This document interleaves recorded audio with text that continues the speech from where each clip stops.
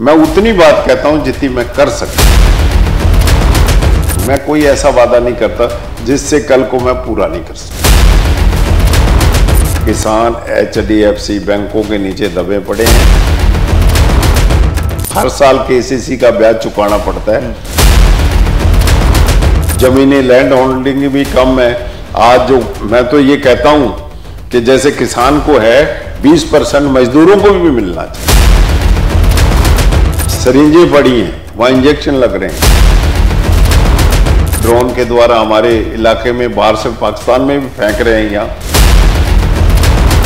जिनके हाथ में पेन कलम होना चाहिए, बुक होनी चाहिए, आज वो नशे के अंदर चले गए। मैं चाहता हूं इस सादुल शहर के अंदर एजुकेशन हब बने। 1610 दे देंगे जिससे हमारी 2 बारी लग जाएगी, एक चली जाएगी, नहीं तो हमारे हालात बहुत खराब है। गरीबों के जाता हूं मैं, बड़े बड़े किसानों के जाता हूं, बेचारों के एक ही बच्चा था जो दुनिया में चला गया। राम राम, सत श्री अकाल, आदाब। मैं प्रदीप धीमान और आप देख रहे हैं पब्लिक गार्डियन राजस्थान। राजस्थान की बात करें तो राजस्थान में चुनावी अखाड़ा बिल्कुल गरमाया हुआ है। चाहे कांग्रेस चाहे भाजपा, हर कोई अपना पूरा जोर लगा रहा है और हर कोई ये बाजी जीतना चाहता है। इस अखाड़े में अगर हम सादुल शहर की बात करें तो यहाँ का जो दंगल है वो भी काफ़ी ज़्यादा तेज़ी से बढ़ता हुआ नज़र आ रहा है। आचार संहिता लग चुकी है। इस दौरान हर कोई फिक्रमंद है, चाहे कांग्रेस हो या बीजेपी हो। लेकिन आज हमारे साथ जो शख्सियत मौजूद हैं वो ना कांग्रेस के साथ हैं ना बीजेपी के साथ हैं। निर्दलीय होकर वे लोगों के बीच जा रहे हैं, लोगों की समस्याएं सुन रहे हैं, लोगों की ज़रूरतों को सुन रहे हैं और इसी के साथ उन्होंने वादा किया है लोगों से कि जो जो ज़रूरतें हैं वो पूरी करेंगे। तो हमारे साथ सादुल शहर के निर्दलीय प्रत्याशी भामाशाह ओम बिश्नोई जी हैं। आइए उनसे मुलाकात करते हैं। सबसे पहले उनका स्वागत करते हैं। बहुत बहुत स्वागत है सर। नमस्कार सर। जैसा कि मैंने कहा कि कोई कांग्रेस की तरफ भाग रहा है, कोई बीजेपी की तरफ भाग रहा है, कोई दिल्ली में जोर लगा रहा है, कोई जयपुर में जोर लगा रहा है। आप अपने इलाके में हैं और ना आप बीजेपी के साथ जा रहे हैं ना आप कांग्रेस के साथ जा रहे हैं। आखिर निर्दलीय ही क्यों चुना आपने? नहीं, मैं निर्दलीय की बात नहीं है। मैं कांग्रेस से टिकट मांगा है मैंने जी। पिछले दफा भी कांग्रेस से मैंने टिकट मांगा था और मेरे किसी वो कारणवश टिकट नहीं दिया उन्होंने, पता नहीं। और इस बार भी मैंने कम से कम 500-700 आदमी ले जाके, मैंने जो हमारे रिस्पेक्टेबल वहाँ से पदाधिकारी आए थे कांग्रेस के जी, उनको हमने बायोडेटा दिया मेरा। मैंने कांग्रेस से टिकट मांगी है। मैंने ये कहा अगर मैं डिजर्व करता हूँ जी, मैं डिजर्व करता हूँ, मैं आपके फॉरफिट में आता हूँ तो मेरे को टिकट दो। तो उन्होंने मेरे से वादा कराया कि हम टिकट देंगे। आगे उनकी मर्जी, मैं तो इससे ज्यादा कुछ नहीं कर रहा। आप उनकी विचारधारा में यकीन रखते हैं? विचारधारा तो यही थी, मैं कांग्रेस का था। विचारधारा क्या कहा, राहुल गांधी, सोनिया गांधी आज भी मेरे वो हैं और राजस्थान में जितने भी बड़े लीडर हैं हमारे रिस्पेक्टफुल ही हैं, कोई दिक्कत नहीं है जी। पिछली बार की बात करें तो किसी और को टिकट दे दी गई, हालांकि बहुत ही कम फर्क था। आपको काफ़ी ज़्यादा वोट्स पड़े थे, जितना कि मुझे जानकारी है कि 40,000 के करीब आपको वोट्स मिले थे। फिर भी लोग जीते हुए जो MLA बने उनसे खुश नहीं हैं। क्या कारण मानते हैं? आखिर कमियां कहाँ रह जाती हैं और क्यों लोग आपके ज़्यादा करीब हैं? देखो जी, मैं आपको बात बताऊं, लोग वादे करते हैं। चुनाव के अंदर जो वादे करते हैं आदमी वोट लेने के लिए करता है और वो वादे इतने ज़्यादा कर लेता है, वो झूठ बोल के वादे करता है। क्योंकि आदमी की जो काम की है सीमा है, वो जो काम होते हैं भाई बड़े बड़े काम होते हैं। जैसे कोई डैम बनाने की बात करे, कैसे बना लेगा? कोई हाईवे नेशनल बनाने की बात करे, कैसे? लेकिन जो चुनाव लड़ता है वो कहता है हाँ मैं करवा दूंगा ही। मैं कोई ऐसा वादा नहीं करता। मैं लोकल मुद्दों के, किसी गरीब बच्ची की शादी है, एजुकेशन में कोई गरीब पढ़ रहा है उसके लिए, कोई अपने जो ये जानवर हैं इनके लिए, पानी के लिए, नहरों की समस्या के लिए, खाड़ों के लिए, मैं जो गरीब बच्चियां, कई ऐसी बच्चियां हैं गरीब हैं वो मांग नहीं सकती, जरूरतमंद है, मैं उनकी मदद करता हूँ, उनके साथ खड़ा रहता हूँ। मैं उतनी बात कहता हूँ जितनी मैं कर सकता हूँ जी, क्योंकि करना मैंने मेरे पास से जी। मैं कोई ऐसा वादा नहीं करता जिससे कल को मैं पूरा नहीं कर सकूं। सर, पिछले 10 सालों की बात करें तो आप लोगों से मिल रहे हैं, जा रहे हैं। जब यहाँ आए थे तो क्या कुछ जो हालात थे और क्या है जो अभी तक नहीं बदल पाए? हालात ये है कि यहाँ एक तो बिग प्रॉब्लम है एजुकेशन की जी। हमारे बच्चों के लिए अच्छे कॉलेज नहीं है, अच्छी कोचिंग नहीं है, क्योंकि कोचिंग के लिए हमारे बच्चों को पता है कहाँ जाना पड़ता है जी, सीकर और कोटा। और कोटा में कम से कम 2 और 3 लाख रुपए के बिना वहाँ कोचिंग नहीं हो सकती अच्छी जी। अगर वो अच्छी कोचिंग नहीं हो तो हमें किन बच्चों के साथ हमारा कंपटीशन है? दिल्ली और जयपुर वालों के साथ। उनकी जो एजुकेशन है, उनको प्राइवेट के लिए भी बच्चे जो पढ़ते हैं, ट्यूशन भी अच्छी मिल जाती है, टीचर भी अच्छे मिल जाते हैं, सेटअप भी अच्छा है, एनवायरनमेंट भी है। हमारे यहाँ किसान है, गरीब बच्चे हैं, तो इतनी फीस देना भी बहुत मुश्किल है जी। और फिर दूसरी बात, हमारे यहाँ के बच्चे हैं वो इतना पढ़ते भी नहीं है, क्योंकि शहरों के बच्चे जो उनका माहौल ऐसा है कि जयपुर में हर आदमी तैयारी के लिए बैठा है, यहाँ कोई हो नहीं सकता जी। बहुत प्रॉब्लम है यहाँ। अगर कोई पैसे भी दे देगा तो हमारे बच्चों को उनसे मतलब मुकाबला है जो दिल्ली जयपुर वालों से, जो शुरू से उसी माहौल में उसी माहौल में रहे हैं, तो हमारे को बहुत प्रॉब्लम है। मैं चाहूँगा कि यहाँ सेटअप बहुत बढ़िया हो, यहाँ कोचिंग आए। मैंने कई जैसे सुपर 30 है, जानते होंगे जी, जी। उनसे भी बात करी थी, वो भी आए थे, नहीं आएंगे वो, और भी मैंने कोचिंग वालों बुलाए। मैं चाहता हूँ इस सादुल शहर के अंदर एजुकेशन हब बने, हब बने एजुकेशन। और क्योंकि हमारे यहाँ रेलवे है, जाने के लिए सुविधा है, दिल्ली है, जयपुर है, बॉम्बे, सब जगह ट्रेन के है। दूसरी बात, हमारे बच्चे हैं बिठंडा तक, फिरोजपुर तक, इधर सारे बच्चे जी। ये सेंटर में है, यहाँ से बॉर्डर भी दूर है जी। तो मैं चाहूँगा कि यहाँ हमारे इस शहर के अंदर, ये शहर भी सुंदर है हमारा, ऐसी बात नहीं है जी। सुंदरता जब और अच्छी आ जाएगी कि यहाँ हमारे एजुकेशन के बच्चे पढ़ें, पढ़ के कोई IAS बने, कोई कलेक्टर बने, कोई इंजीनियर बने। हमारे यहाँ के बच्चे एक IAFS भी है जी, कलेक्टर भी हैं। अभी फरीदकोट जो DC लगा है वो यहाँ का ही है, सादुल शहर का जी। तो मैं एक चाहूँगा कि यहाँ खेल का भी बहुत अच्छा स्तर हो, खिलाड़ी अच्छे हैं, खिलाड़ी हैं हमारे। जैसे मेरे ये गांव के पास है, ये मेरी जिस गांव में जमीन है यहाँ जी, यहाँ का वो सुखदीप मान है मेरे ख्याल, अच्छा जी। वो वॉलीबॉल इंडिया टीम का कैप्टन है वो जी। बहुत खिलाड़ी हैं यहाँ, बहुत अच्छे खिलाड़ी हैं राजस्थान में। अभी जो मेरे साथ 3-4 बच्चे अभी घूम रहे हैं, मंगेज है, एक और है लड़का, अभी जर्मनी खेल के आए हैं, ब्रॉन्ज मेडल लेके आए हैं वॉलीबॉल में। बहुत है अच्छे स्पोर्ट्समैन। मैं चाहूँगा कि ऐसे हर फील्ड में अच्छे स्पोर्ट्समैन निकले। उनको आज गवर्नमेंट जो इंटरनेशनल होता है उसको सब इंस्पेक्टर बनाती है, जो नेशनल मेडल आ जाता है ब्रॉन्ज सेकंड उसको सिपाही बनाती है। हर जगह नौकरी मिलती है, रेलवे में मिलती है, पोस्ट ऑफिस में मिलती है, बैंक में मिलती है। बहुत लोग ऐसे बच्चे हैं जो आज पंजाब पुलिस में भी लगे हैं, कोई IG बन गया, DIG हैं, बहुत अच्छे बच्चे हैं जी। तो मैं भी चाहूँगा कि यहाँ से एजुकेशन सेटअप बहुत अच्छा हो जी। और हमारे किसानों की बहुत प्रॉब्लम है, किसानों के लिए यहाँ पानी की इतनी बड़ी प्रॉब्लम है कि हमारे 1872 क्यूसेक भाखड़ा का पानी है। आप मिलते रहते हैं किसानों? हाँ, भाखड़ा का मैं आंदोलन किए हैं मैंने जी। हमारा जो भाखड़ा का पानी है इंदिरा गांधी नहर में डाला है, जैसे ATM डालते हैं बैंक में जी, वैसा है, लेकिन हमारे को दे नहीं रहे पानी। मतलब जो हमारी, हम कोई पैसा जमा करवा देते हैं कोई बैंक में, वो कह दे हम आपको इतना ना के इतना वापस देंगे, वो तो हमारे साथ फेयर नहीं हो रहा।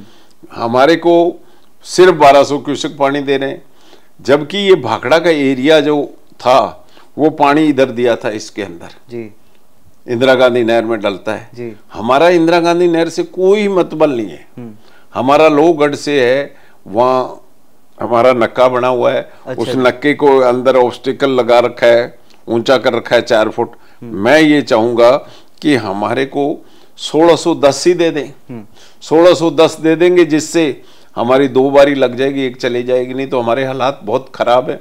अभी 90 दिन 3.5 महीने बाद नहर आई थी। ये तो बरसात की वजह कुछ फसल हो गई, वरना यहाँ बुरे हाल थे। आपने बात करने की कोशिश की? बात नहीं, मैं मंत्री जी थे, उनको भी साथ हम गए थे, लेके भी गए थे हमारे मंत्री महेंद्र सिंह मालवीय जी, उनको लेके गए थे। फिर शाम को मेरे घर भी आए थे, सारे उनसे बात की हमने, सारे इलाके के किसानों के साथ बात करी, बार बार हमने आंदोलन भी किया।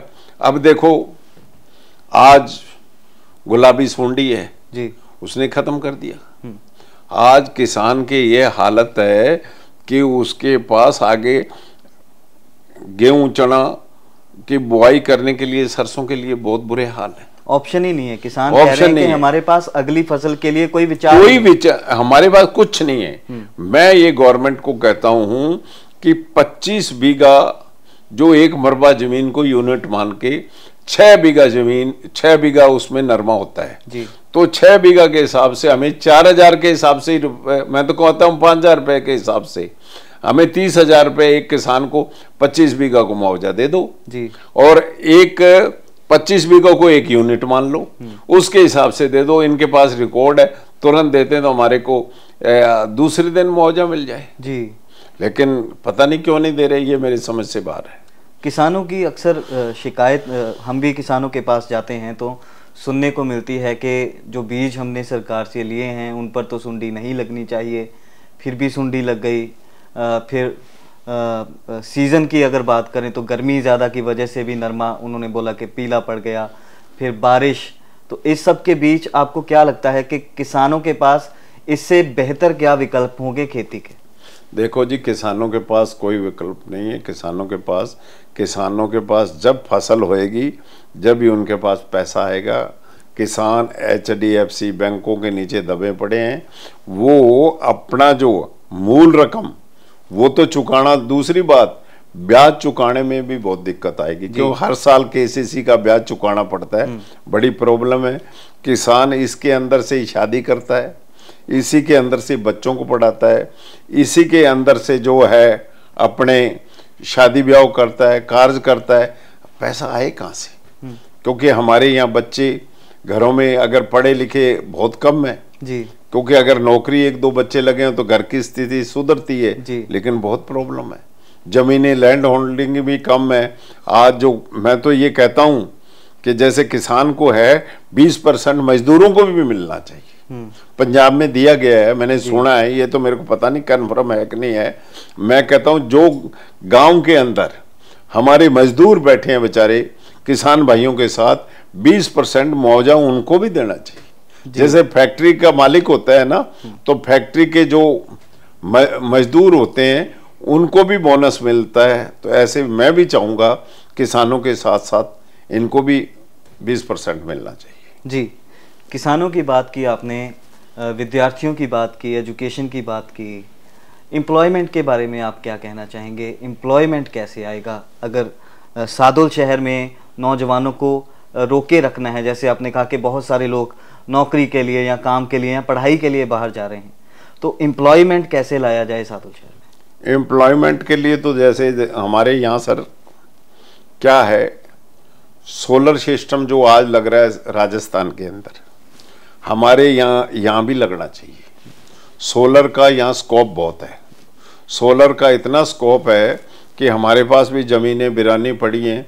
आज जोधपुर साइड है, बीकानेर साइड है, तो हमारे अगर सोलर सिस्टम लगेगा तो किसान को, मैं सोचता हूँ जो बिरानी ज़मीन में 1-2 लाख रुपए आते हैं ना, उसके 8-10 लाख रुपए वो साल के आने लग जाएंगे तो बढ़िया होगा। दूसरा मैं ये सिस्टम चाहता हूँ कि हमारे यहाँ किन्नू बहुत होता है। अच्छा जी। किन्नू होता है, कॉटन होती है, तो कॉटन की हमारे जिनिंग एंड प्रेसिंग है, लेकिन हमारे ऐसे कोई धागा बनाने वाली मिल नहीं है। आज आपने देखा होगा इसमें भीलवाड़ा के अंदर 40 किलोमीटर तक वहाँ, ये देख लो, सियाराम है, ग्वालियर है, सब धागा वहाँ बनता है जी, कपड़ा बनता है। तो हमारे को रॉ मटेरियल यहाँ है तो हम चाहेंगे यहाँ मिले। दूसरी बात, बियर की फैक्ट्रियाँ हमारे लग सकती हैं। बियर की फैक्ट्री ऐसे लग सकती है कि यहाँ जौ बहुत होता है, इतना जौ होता है, इतना किसी इलाके में जौ नहीं होता। वीट होती है तो उससे बनते हैं। तो हम चाहेंगे, मैंने बात भी करी थी, कई मेरे जानकार है बंगलोर वाले, पहले उनसे भी मैंने कहा था कि एक हमारे यहाँ रिको की साइड बननी चाहिए अच्छी, और हमारे जितने भी बाहर रहते हैं, राजस्थानी है, अलग है, जैसे अलग अलग स्टेट के अंदर, अगर हम जाके उनको अप्रोच करेंगे, भाई हम आपको ये फैसिलिटी देंगे, ऐसे करेंगे, तो गोदाम बना के बड़ा हम आपको माल देंगे, तो आप हमारे आओ, तो आने को तैयार हैं लोग। ऐसी बात नहीं है, बहुत सारे लोग आने, क्योंकि हमारे ट्रांसपोर्टेशन बहुत अच्छी है यहाँ। ओम जी, ऐसा क्या हुआ कि अभी तक जो पद पे थे या पदाधिकारी थे, उन्होंने अभी तक जो सनतकार हैं, जो व्यापारी हैं, उनको यहाँ लाने की सोची ही नहीं? इतनी देर क्यों हो गई?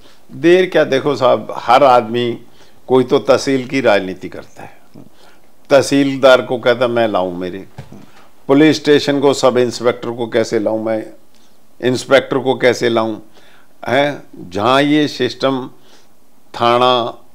थानेदार अपनी डिजायर से लाना, तहसीलदार को लाना, एसडीएम को लगाना, स्कूलों में जो हमारे विद्या का मंदिर है उसमें भी अगर डिजायर दे के किसी को, टीचर को, हम ये कहते हैं इसके अंदर एमएलए को बिल्कुल नहीं पढ़ना चाहिए ट्रांसपोर्ट।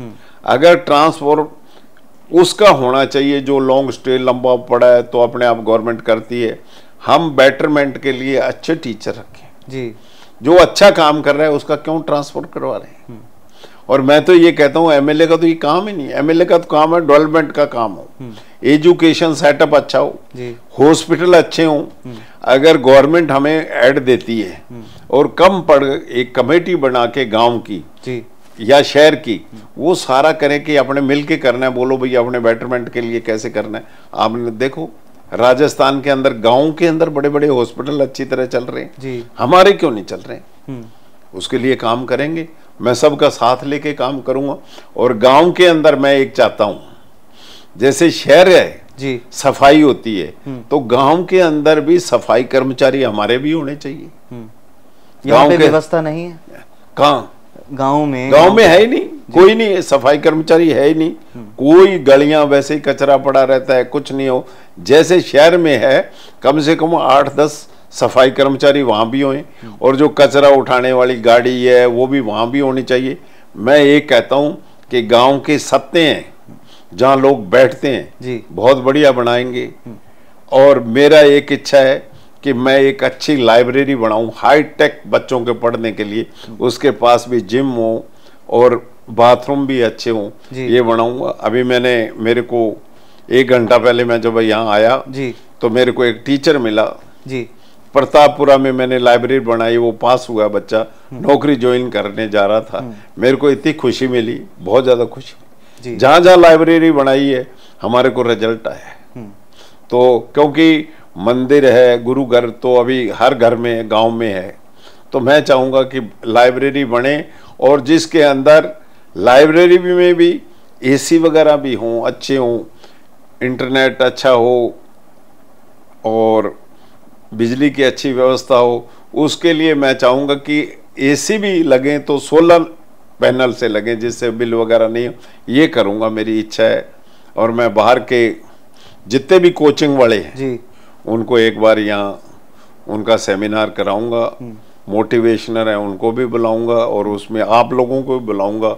और मैं चाहूंगा कि हम सब मिलके सादुल शहर के विकास के लिए, एजुकेशन के लिए, पानी के लिए एक अच्छी लड़ाई लड़के और सफल होके आगे बढ़ेंगे। जी अच्छा, अक्सर देखने सुनने को ये मिलता है कि जो भी पॉलिटिकल लाइन में होते हैं वो सामाजिक तौर पर ज़्यादा लोगों के साथ विचरते हैं, लोगों के साथ घुलते मिलते हैं, लेकिन आप धार्मिक प्रवृत्ति के लोगों के साथ ज़्यादा रहते हैं, ऐसी क्या वजह? मेरे क्या धार्मिक प्रवृत्ति के, ऐसे मेरे दोस्त ही ऐसे हैं। मैं आपको बताऊं, जो मेरे दोस्त हैं सभी परमात्मा को मानने वाले हैं। सुबह अपने जो भी इष्ट है उनका उसको मान के मेरे साथ रहते हैं, हम चलते हैं। हम परमात्मा के नाम से ही बात स्टार्ट करते हैं, क्योंकि उसकी रजा के बिना कुछ नहीं मिलना जी। अगर हम चाहें भाई मैं तो हमने निकाल रखी है, मैं तो बिल्कुल नहीं। हम ईश्वर से यही कहते हैं, हे परमात्मा सबका भला करना, उस भले में हमारा भी भला हो जाएगा। और परमात्मा तो एक ऐसा है साहब, बिना मांगे सब कुछ देता है। बेटियों की शादियां भी करवाते हैं आप? बेटियों को बिल्कुल मैं शादियां करवाता हूँ।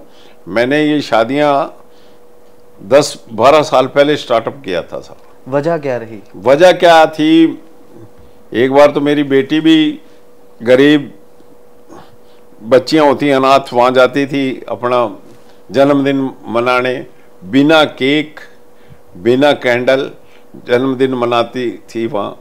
तो उन बेटियों के नाम होते थे नानकी, लक्ष्मी, विद्या, रुक्मणी, और माँ का नाम होता था पता है क्या है, आज भी है, होता क्या है, नाम है धरती, बाप का नाम आकाश।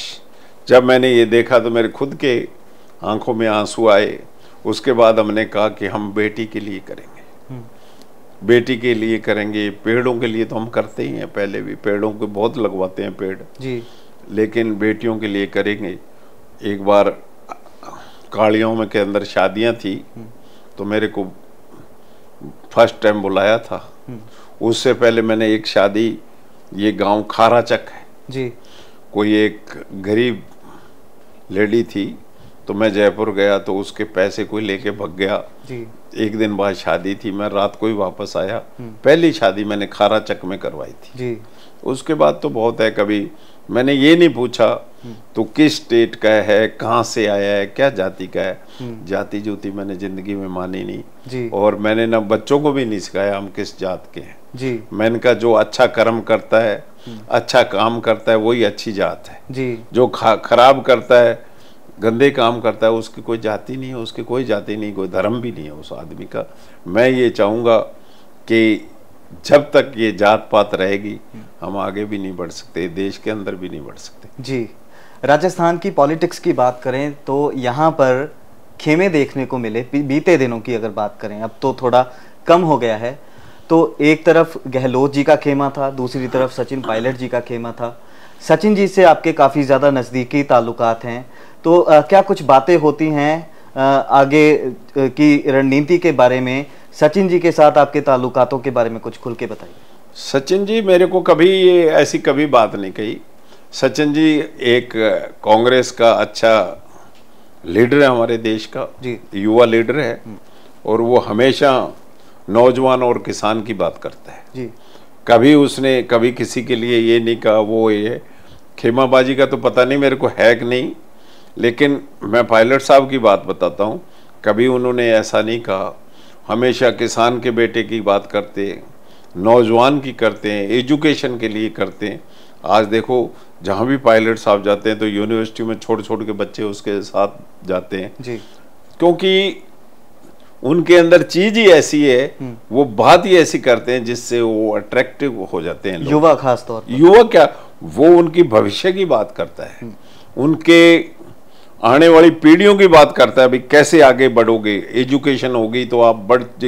कोई बड़े पायलट साहब कहते थे जी, बोलते हैं पायलट साहब, वो कहते थे जब तक गांव का बच्चा पढ़ लिख के यहाँ कलम लेके दिल्ली जयपुर नहीं बैठेगे तो वो सही फैसले नहीं कर सकते जी। तो इसलिए वो हमेशा, पायलट साहब ने हर जात को साथ लेकर, वो 36 कौम का नेता है, कोई एक कौम का नहीं। किसानों का आंदोलन हुआ तो देखो कितनी बड़ी बड़ी रैलियां कर रहे थे जी। किसानों के लिए कर रहे थे, नौजवानों के लिए कर रहे थे, पार्टी के लिए करते हैं। पायलट साहब एक अंतर्राष्ट्रीय लीडर है जी और बहुत ही अच्छी सोच का लीडर है जी। अब सब सवालों में से एक जो सबसे खास सवाल है सर, कि अगर जैसे आप निर्दलीय टिकट लेते हैं या कांग्रेस से आपको टिकट मिलती है, अगर आप एमएलए बनते हैं, आप चुनाव जीतते हैं, तो क्या कुछ काम है जो डेफिनेटली लोगों को दिखेगा अगले 5 साल बाद कि हाँ ओम जी ने ये काम कहा था और ये काम कर दिया?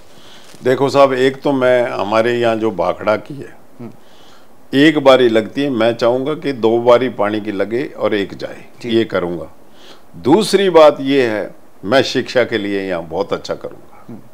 और तीसरी, इस शहर के अंदर सीवरेज लाइन नहीं है, सीवरेज नहीं है, नहीं है लाइनें, सीवरेज लाइन नहीं है, जिससे नालियाँ हैं, बड़ी प्रॉब्लम होती है, मच्छर होता है, बहुत परेशानी।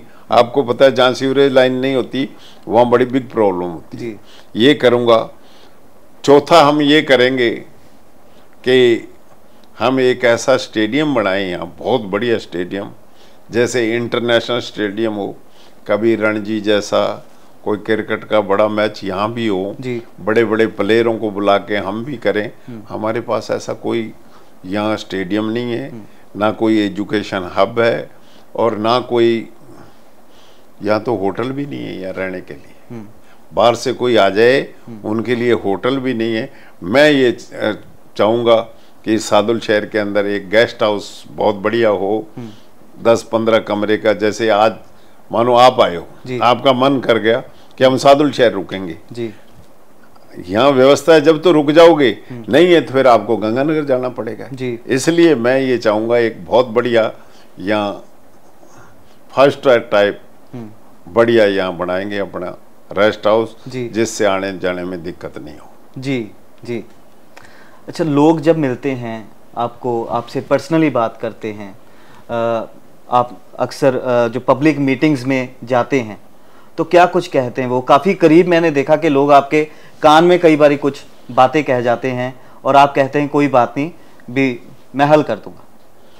वो मेरे को कई बार ये कहते हैं कि आज बच्ची की फीस भरनी है, मेरी बच्ची दी भाई जी है नहीं, वो बताना नहीं चाहते, किसके सामने बात नहीं करना चाहते, मेरे को बताते हैं तो मैं हल कर देता हूँ। मैं कहता हूँ भाई तुम कर देना, मैं बता देता हूँ ऑफिस में। फिर दूसरी बात एक और है, कई बारी कई उनके घर की प्रॉब्लम होती है जी, वो बताते हैं मेरे को, और कईयों के ज़्यादातर प्रॉब्लम बच्चों की है जी, क्योंकि बच्चे बाहर पढ़ते हैं, उनको फीस चाहिए, उनके लिए ड्रेस चाहिए, उनके लिए बेचारों को स्पोर्ट्स किट्स चाहिए जी। अभी तो बच्चे ऐसे हैं जो मेरे पास बहुत लोग आते हैं, बच्चे जिनके पास ट्रैक सूट नहीं जी, किट नहीं है खेलने के लिए जी, उनको मैंने बना के दी है, लेकिन मैं बताता नहीं भाई किसको किट मैंने दी जी।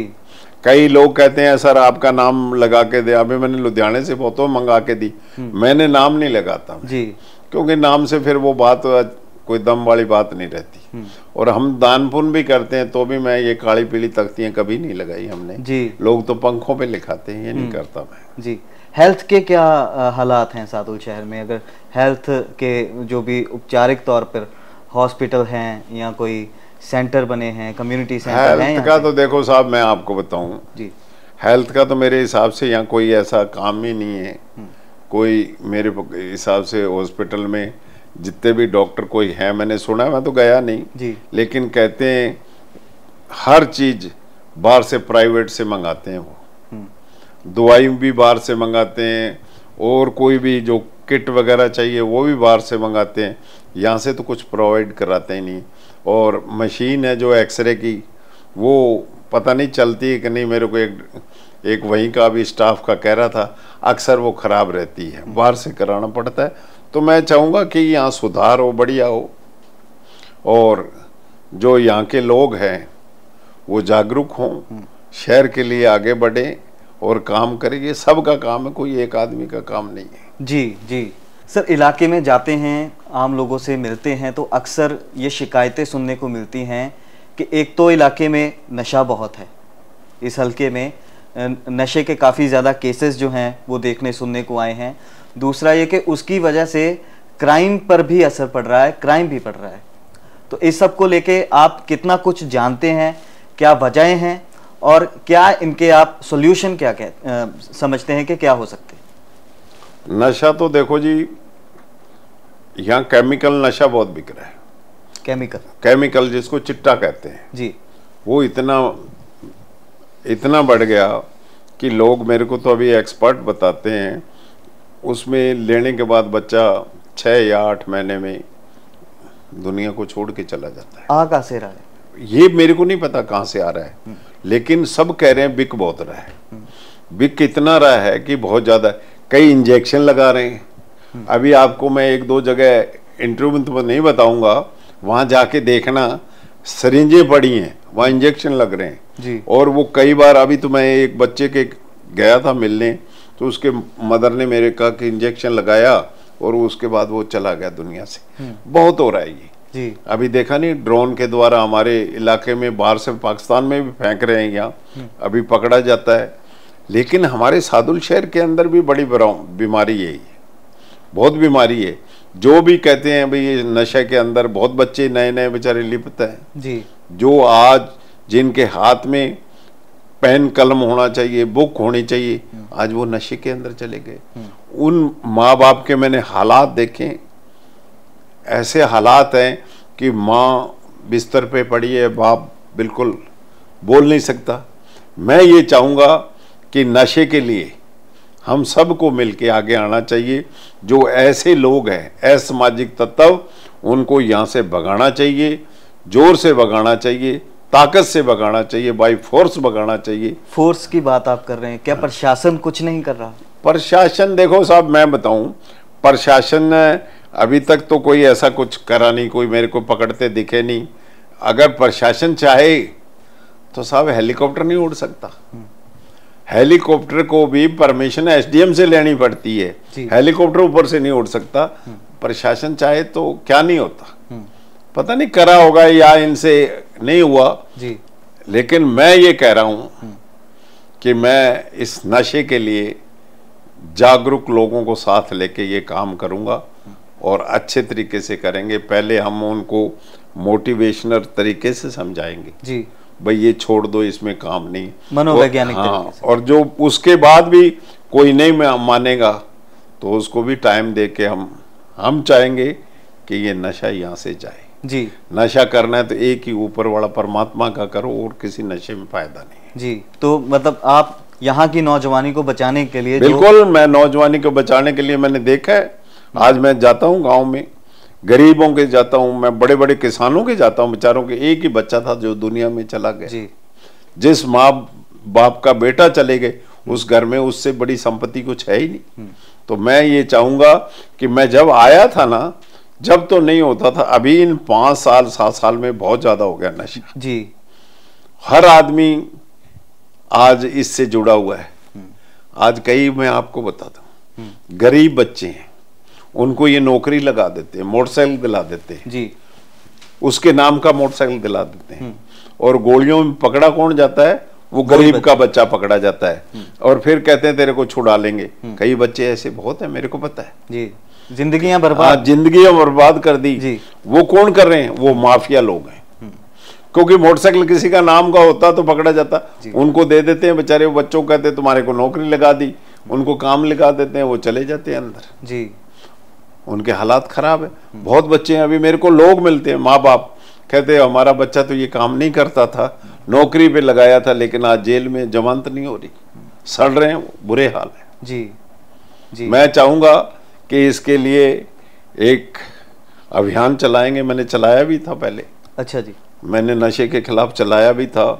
यहाँ गांव-गांव में ये जो आते हैं आर्टिस्ट जी, उन्होंने भी प्रोग्राम करा था। उसके अलावा मैं एक सेमिनार टाइप भी काम किया था जी। अब मैं ये चाहूंगा कि मेरे पास वो लोग नहीं हैं अभी प्रशासन के जी, जो वो साथ देंगे, हम साथ देंगे तो हम कामयाब होंगे। मतलब जब आप एमएलए बन जाएं, जब आपके पास पावर होगी, तो जो भी जरूरी कदम होंगे वो बिल्कुल उठाएंगे, वो आप उठाएंगे बिल्कुल तो, जी। तो ओम जी, बहुत बहुत शुक्रिया, आपने इन तमाम मुद्दों पर रोशनी डाली, इन मुद्दों के बारे में बात की, लोगों के बारे में बात की, चाहे वो पानी हो, एजुकेशन हो, क्राइम हो, नशा हो या हेल्थ इश्यूज़ हो। आपने इन तमाम मुद्दों के बारे में, जो सादुल शहर के लोगों को वोट डालने से पहले सोचना चाहिए, उनके बारे में बताया। आपका बहुत बहुत शुक्रिया, धन्यवाद साहब। तो दोस्तों, ये थे ओम बिश्नोई जी, हल्का सादुल शहर, और इस दौरान इन्होंने ये तमाम मुद्दे उठाए हैं। उम्मीद करते हैं कि आपने ये बातचीत जो है इसे बड़ी ध्यान से सुना होगा, और इस सब को सुनने के बाद, इन सब बातों को सुनने के बाद कहीं ना कहीं आप ये भी समझ गए होंगे कि अगर सत्ता का ये दंगल जीतना है तो इन सभी मुद्दों पर काम करना ज़रूरी होगा, चाहे वो कोई भी प्रत्याशी हो। तो दोस्तों, आज के सत्ता दंगल में इतना ही। जल्द होगी मुलाकात किसी नई शख्सियत के साथ। तब तक के लिए बने रहें हमारे साथ और देखते रहें पब्लिक गार्डियन राजस्थान। नमस्कार।